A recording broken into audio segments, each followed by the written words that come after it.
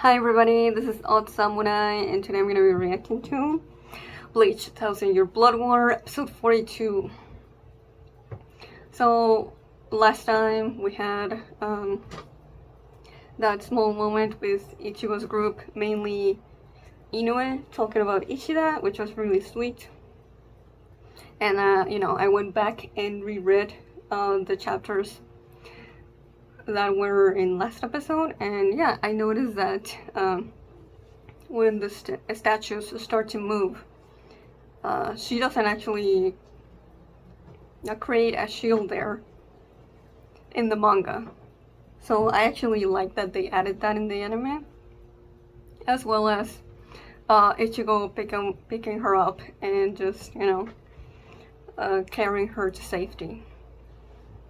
It's the little moments like that, that make you think more of them as a couple. Or a to-be couple. And then, yeah. None of the stuff between Hashbolt and Ishida was there, I'm pretty sure.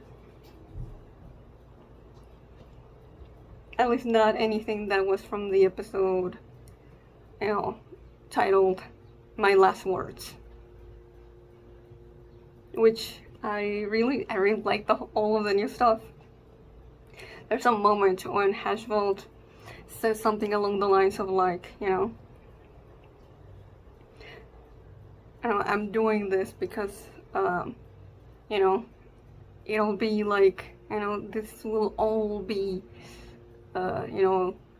destroyed and reconstructed as a world just for the Quincy's. And that's, that's why I'm with Yuha, and that this is for the better. Basically he doesn't say it, but it's like, why can't you see it? And like that just adds more to like Hashbolt's motivation as to why he's still doing this. He, if he can get there and be like, oh, a lot of our brethren will be benefited by me sticking with this, no matter how painful it is for me and for the people I've just given my back to, then it'll all be worth it. Also, there's a scene way back in like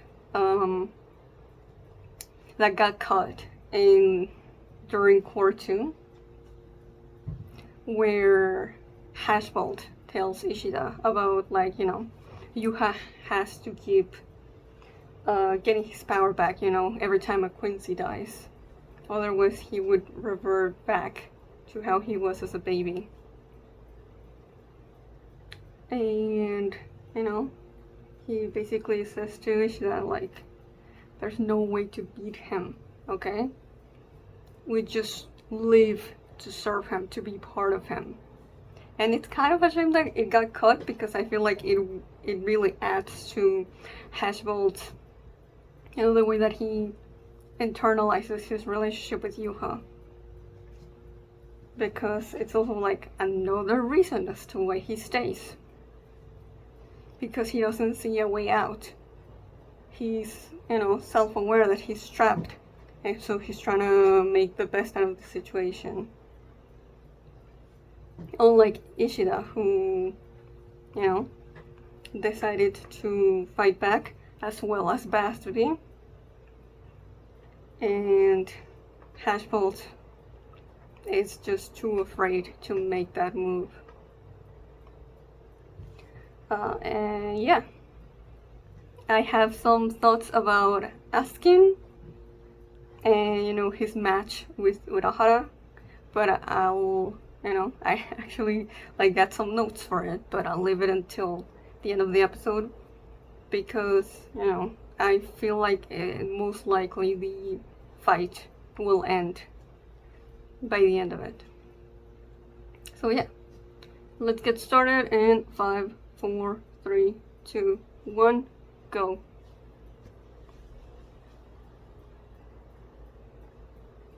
I do have subtitles on, right? Okay. What is this? Butterflies?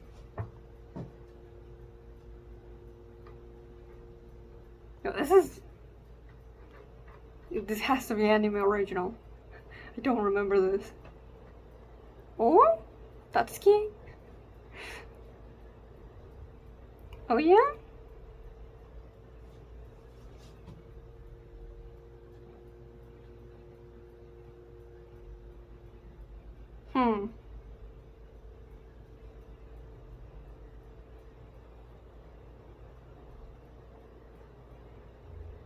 This is interesting.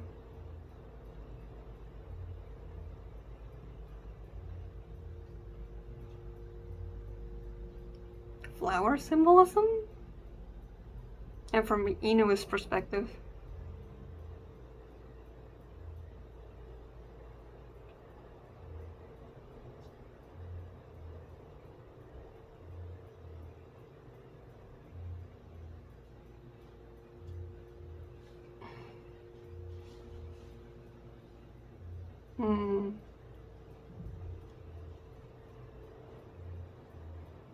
I like this.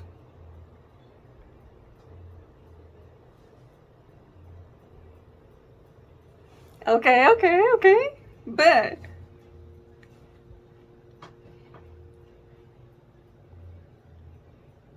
Honestly, that felt like something that could have been in the manga.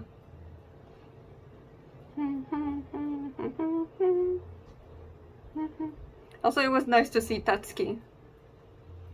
And showing how, by now in the story, Inoue understands Ichigo more than her.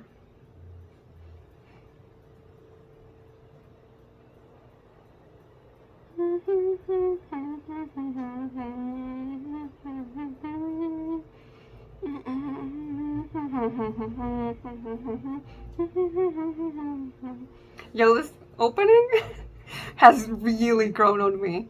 I've been listening to it a lot.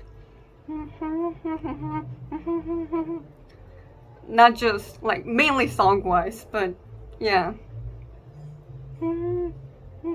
Let me raise the volume.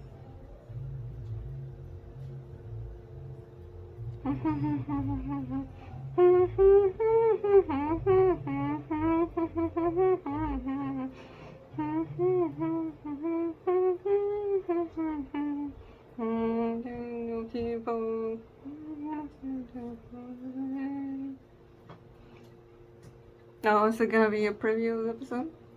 Oh no! Ooh, the music!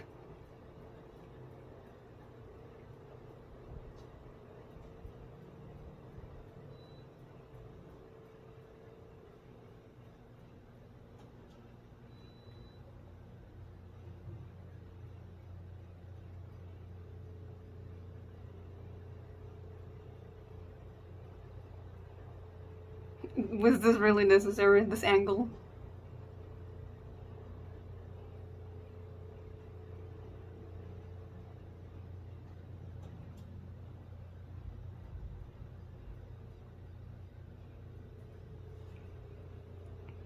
Yo, Askin looks so good.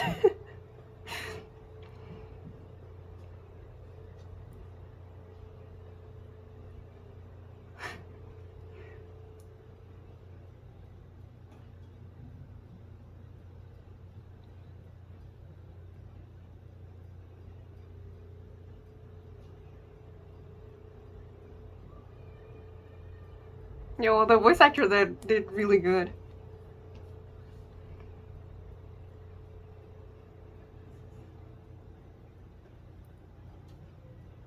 Oh, cool.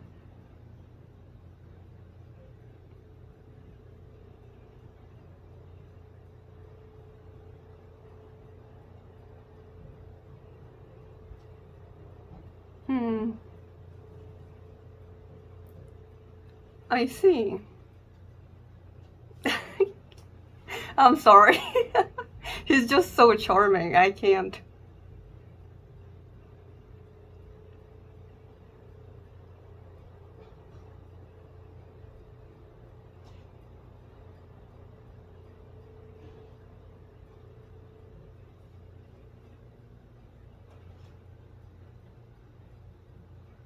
Uh,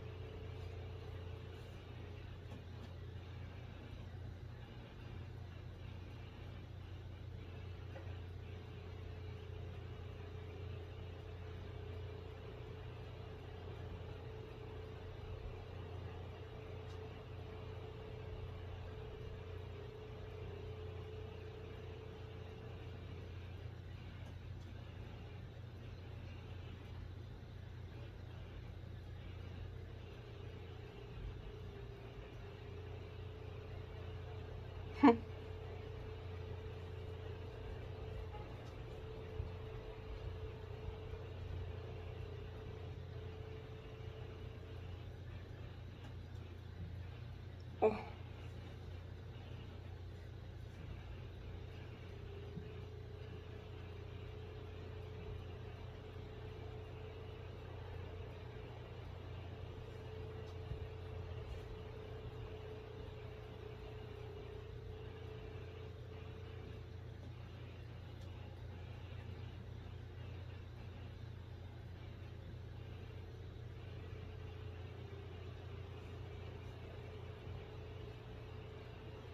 Hmm. This is very Urahara.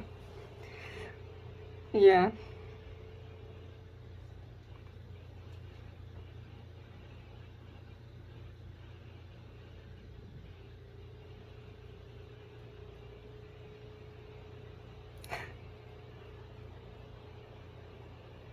Oh.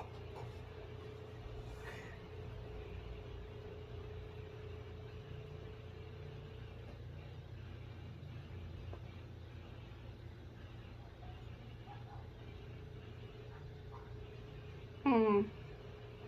Yo, oh, look at this. The colors?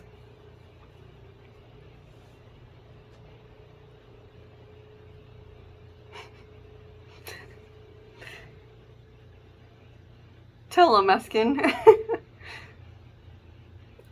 Oh, he looks so handsome.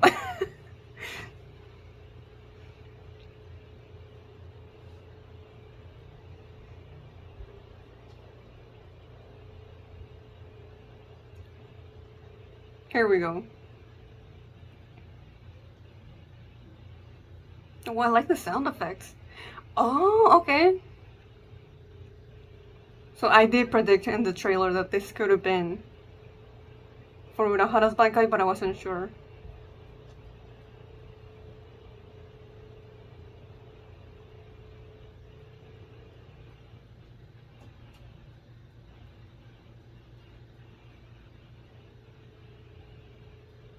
Whoa. Look at his eyes.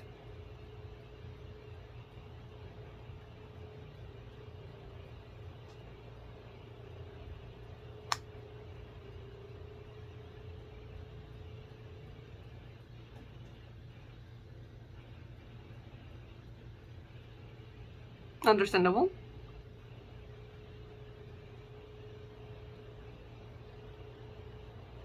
Oh. So that's how they did that. Oh, I really like how they're doing Askin's movement there with this bull standing.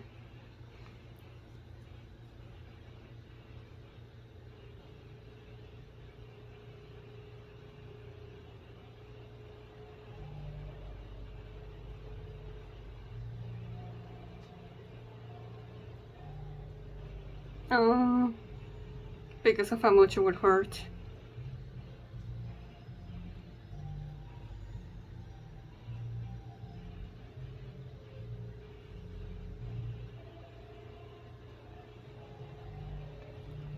Oh. Yo, the way that they're visualizing the stitches?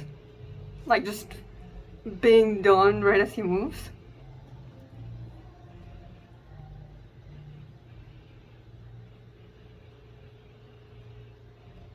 Oh, okay.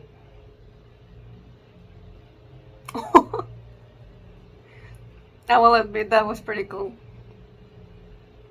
Oh, yo, the animation for this. Okay, go ahead. Like it's an like Urahara's in a roller coaster almost.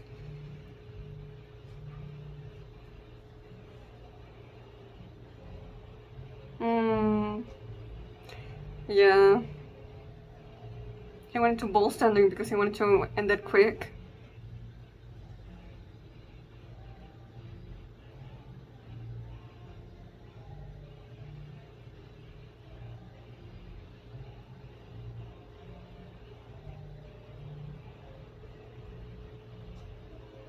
Ooh.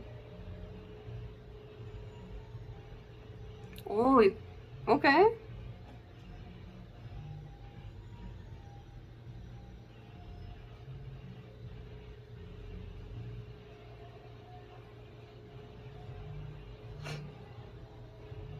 Him, Urahara, reinforcing his foot. I think that's new.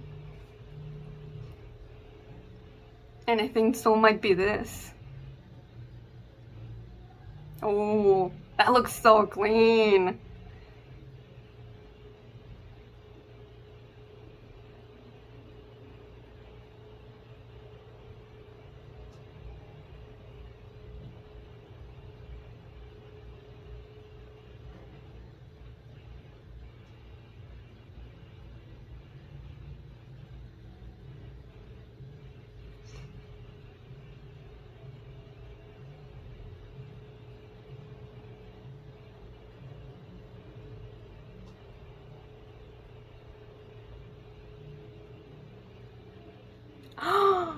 Oh shit! I thought they were gonna extend it more, but no, I wanted more Askin. My boy, no!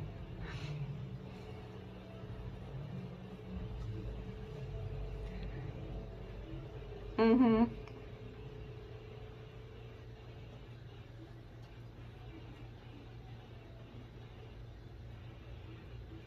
Oh.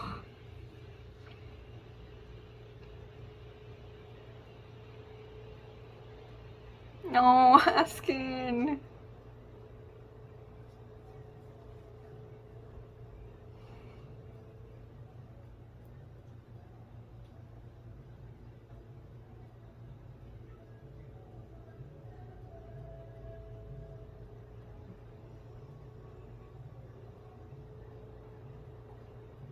Oh. Forgot about that.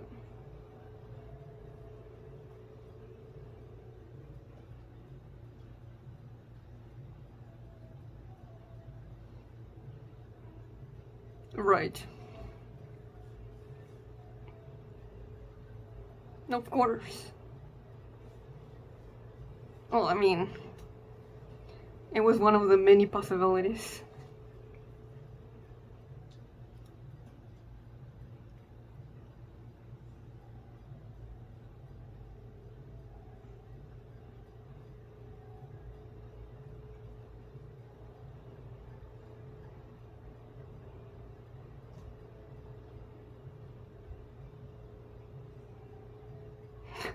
No, not to this extent. Yes.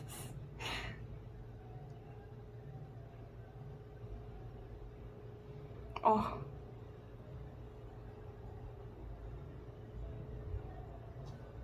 No.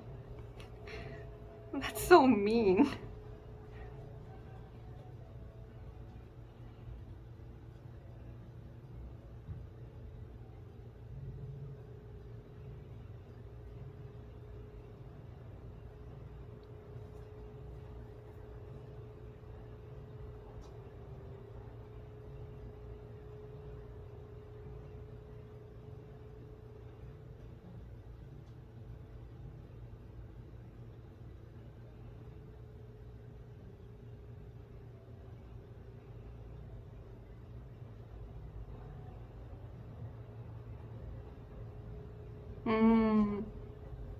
Huh.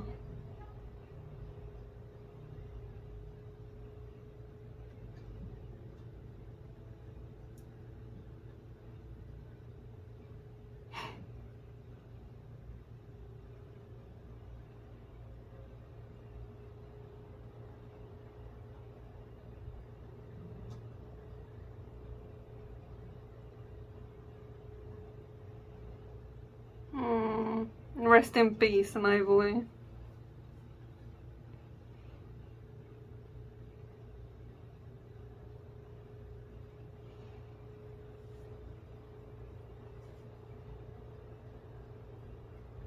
Yeah.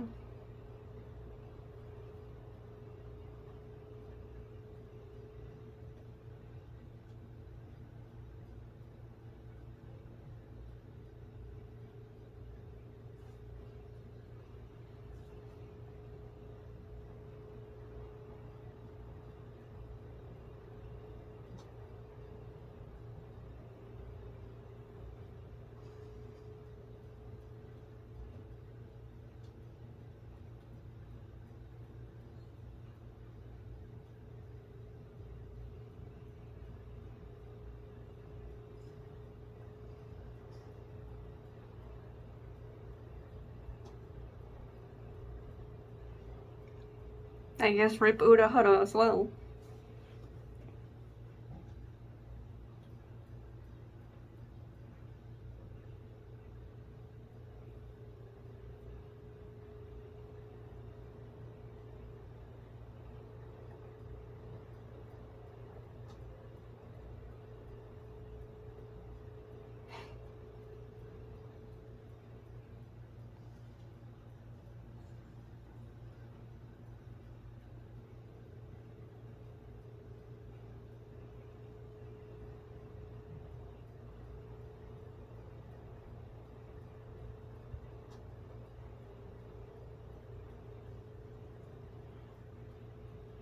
Oh, this is so sweet.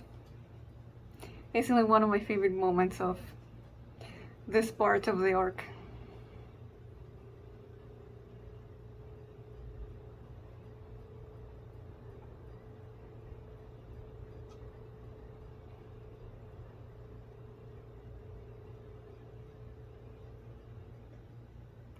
Oh.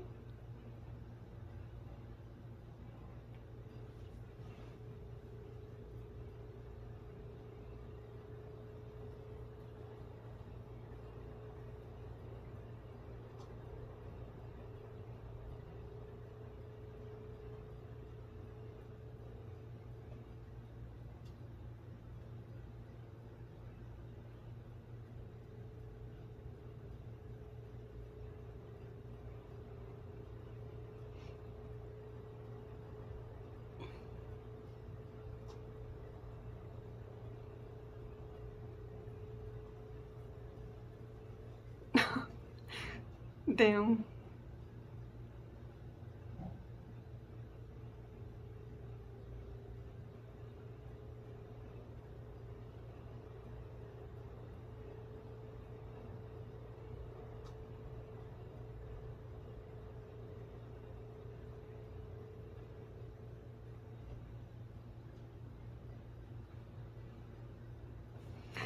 Okay.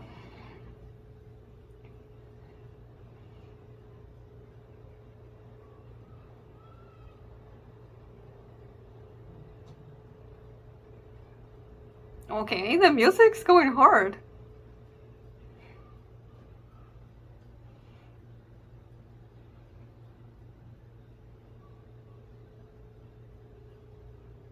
Oh. I like the way that they're using the background.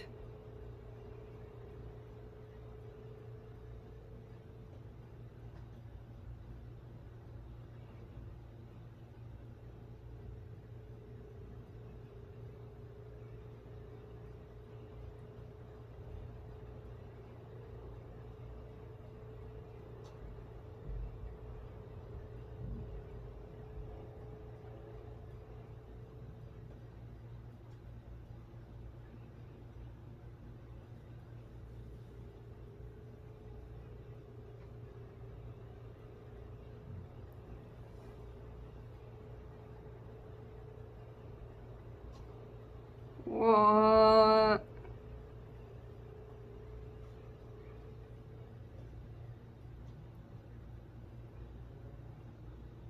Oh, go ahead, Inoue.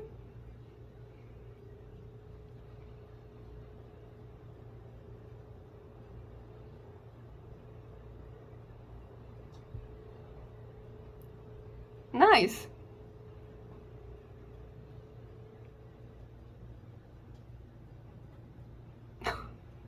Yeah.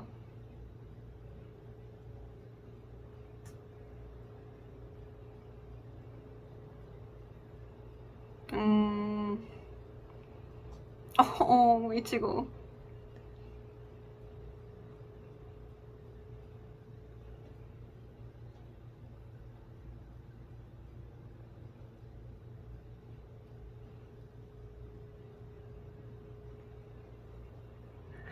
Oh, that was just a peaceful conversation.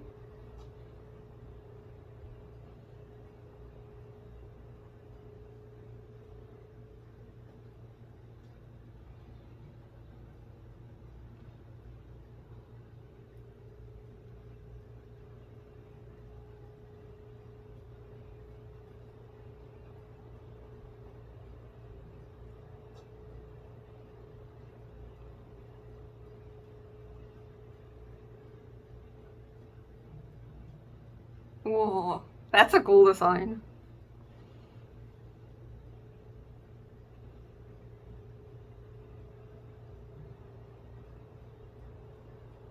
Mm, think about the rain as he charges in again.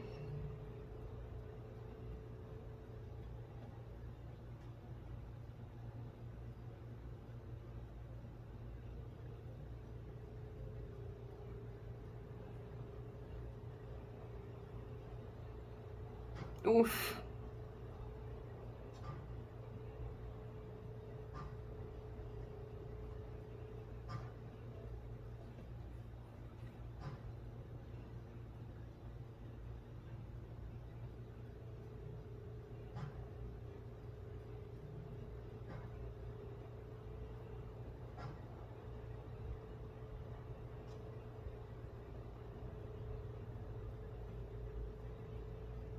Damn. Son of darkness.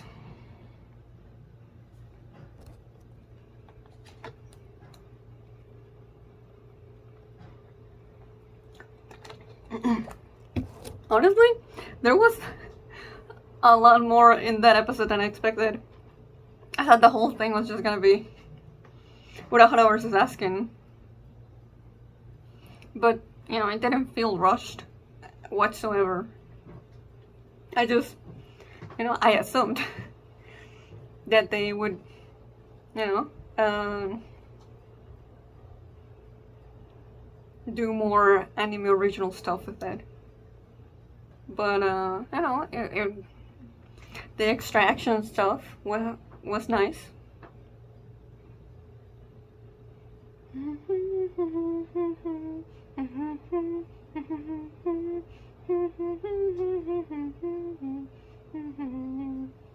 Oh, they changed it to Urahara, what the hell? Okay, they really want you to think that he's dead.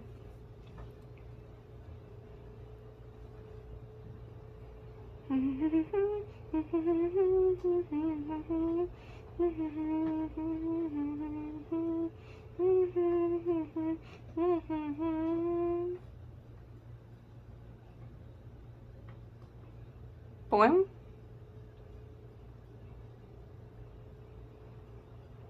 Oh, Hitsugaya.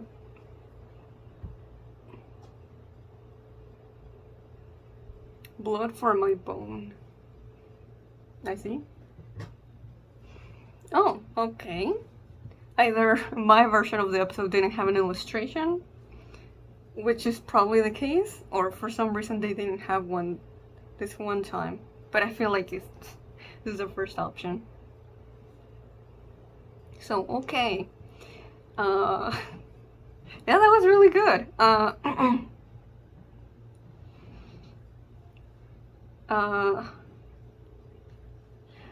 I feel like there was like only one moment where I was like, they could have done it a little better, but you know, they wanted to stick as closely to the art in the manga as possible, which is that moment when, you know, Urahara is making that intense face and he says this is a battle, losing means death. I feel like, you know, it's almost just, you know, the manga just with color and then his mouth is just moving. But, you know, like, that's fine. It's just, you know, one tiny nitpick.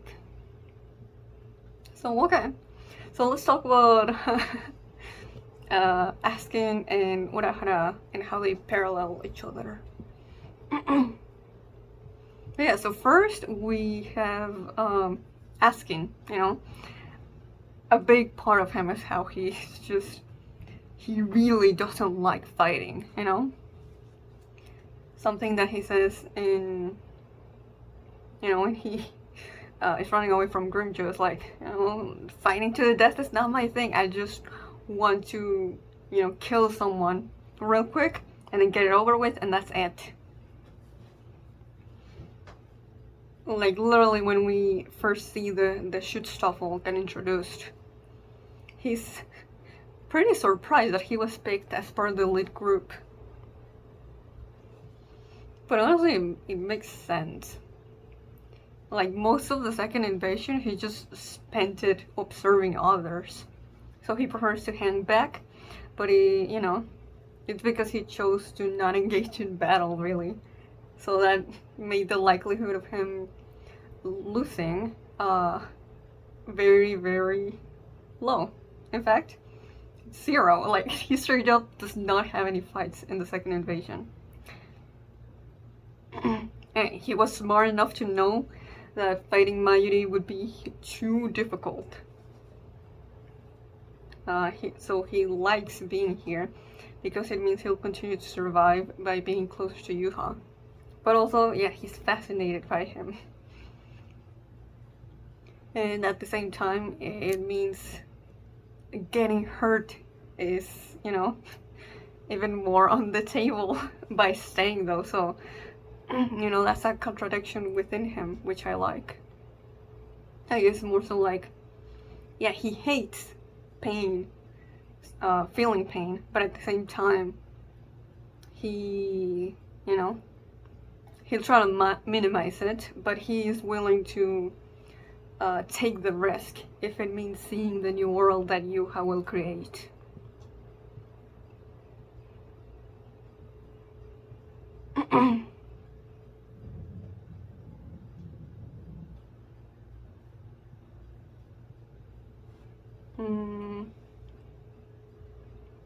But yeah, him and Urahara are kind of mirrors of each other.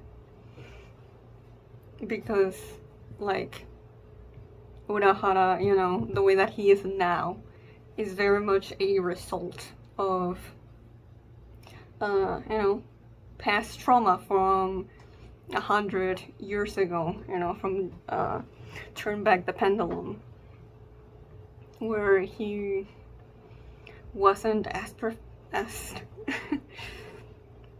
insanely prepared as he is now. And so Aizen took advantage of that and caught him off guard. And that, you know, it really left an emotional scar on Urahara. So that's, you know, he's very afraid of not just dying, but being not in control of a situation. To the point that, you know, that's why he's one of the war potentials, because he's, you know, the trickster. He's, you know, he has plans upon plans. So that he can always have a solution to a problem. And he won't be the one getting hurt. So in that regard, he, you know, there's a similarity to Askin. And so, you know, he's willing to use any means to avoid feeling vulnerable and winning a fight. It's just, you know, yeah, he keeps saying like, oh, it's all for the certei, it's all for balance. And I think he believes that, but I think it's also a, you know, a coping mechanism to like, you know, well, if I think of all the ways that someone can hurt me and pull the, you know, the, what's that phrase? Just, you know, pull the wool over me, then I'll just think of ways I can hurt them first before that ever even comes close to happening. Even if it means using his own allies to achieve it. Like, yeah, we had that big example last episode with Yoruichi, which I already talked about. And that's like the biggest, you know, let's say, extremely gray area for Urahara, where he, you know, employs that mentality. But we see it as early as like the end of Soul Society, where we have the reveal that he used Rukia to hide the Hogyoku, so Aizen wouldn't be able to get it. And he didn't tell Ichigo and his friends because he didn't trust them. Now, I'm not saying he was okay with them dying, but, you know, he did kind of manipulate them into, you know, doing something else for his own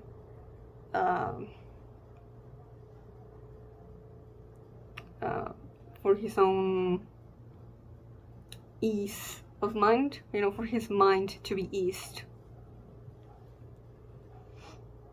And on the task of saving Rukia.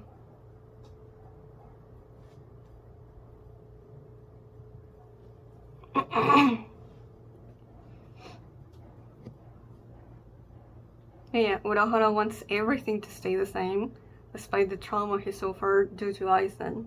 But Askin wants everything to change, so his pain alleviates. But he isn't willing to be the one to be the cause of that change.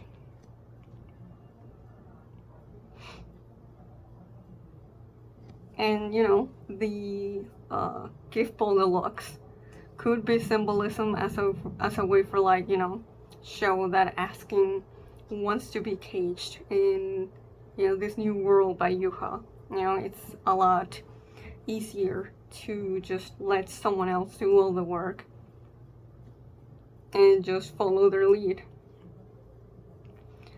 And meanwhile, Urahara, you know, also wants someone to lead the way, you know, for the linchpin of the worlds to just, you know, be mindless husk. And he's, you know, he'll do anything to keep it that way. But at the same time, he'll innovate and create all sorts of things himself to be able to do it. He will just sit and wait for someone to try and outdo him in coming up with ideas to keep the status quo.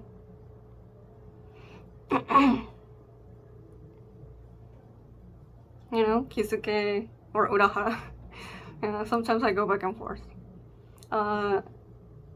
Just, you know, he doesn't want to expand outside the system that Soul Society and the Gote 13 have been establishing for a millennia. But in a way, his intellect kind of frees him from being just, you know, one more follower of the herd.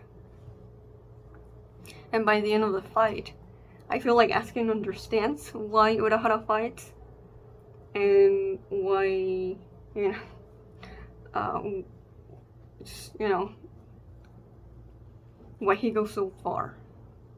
And I'd say he even respects him. There's an interesting translation here, difference in between the anime and the manga. Here he says, I'd prefer to pay respect to you, but this is beyond my control. When the, you know, Gift Ball Deluxe is going all haywire. But in the manga, like, I reread this yesterday, he says like, oh, I've come to respect you, but, you know, I can't do anything about this. So that's interesting. I kinda like more that, you know, Asking a straight up says, you know, I've come to respect you.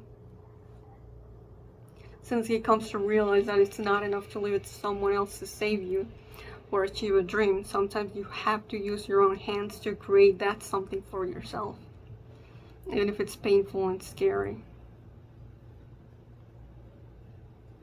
And, you know, he didn't search for other options, and so he died alone. But Urahara made deals, connections, and utilized his allies to survive no matter what. Grimjoe rips out Askin's heart and crushes it. You know, like, you know, the theme of leaving your heart with someone, with Cayenne. You know, that's a big theme in Bleach. But Askin, figuratively or literally, cannot leave it with anyone. He's friendly with a lot of his fellow Quincy, but there was no camaraderie there, or, you know, no initiative to think of ways to make him help him. So, yeah.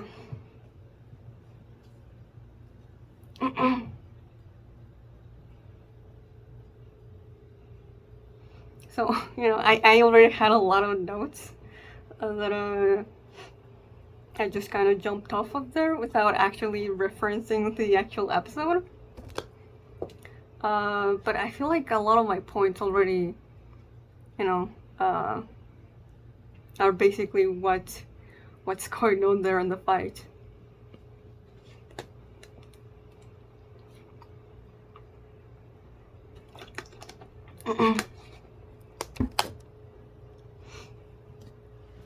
But yeah, that moment when Urahara says, like, preparing desperately to survive is what everyone does, right? Like, he's so not self-aware of how warped his mindset has become due to his fear of dying and getting hurt. That he just thinks this is normal.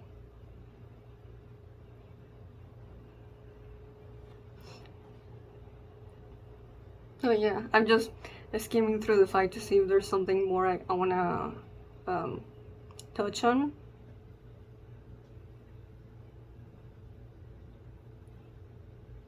I feel like I've just scratched the surface.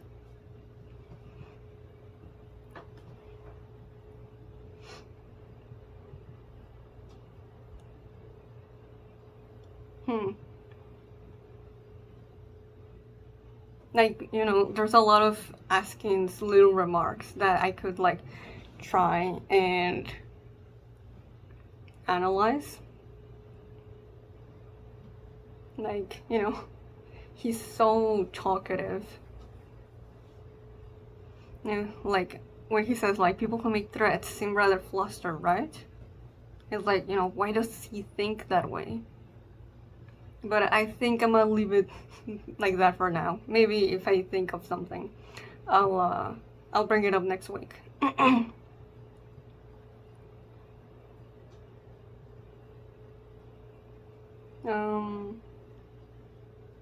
We had that.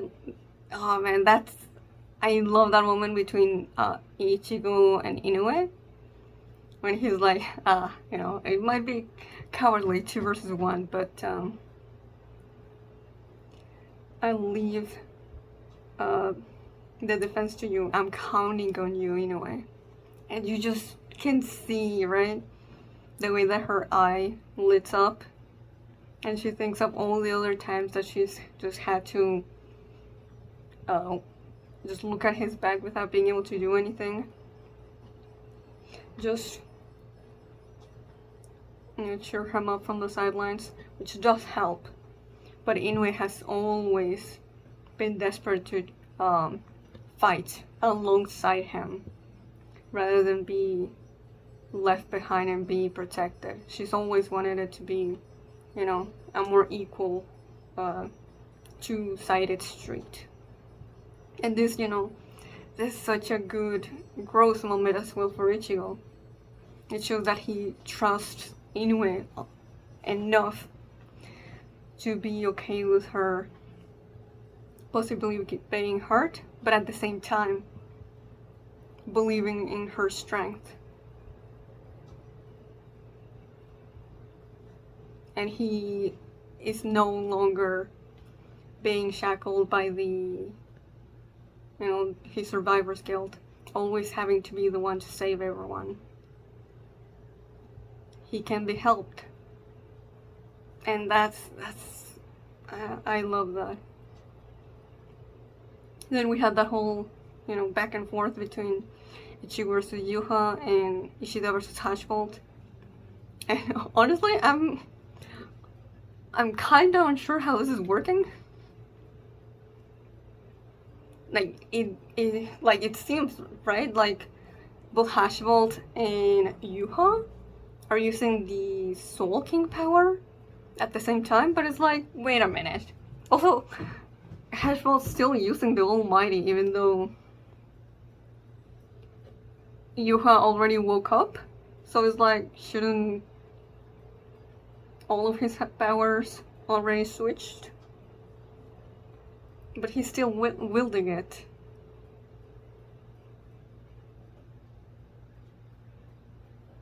But hey, that's the way that Hashbolt is just basically clad in the Soul King power. I like it. But if you have a better idea on how that's working, do let me know. But that's gonna be it for this reaction. So if you enjoyed it, please like and subscribe. Till next time, see ya.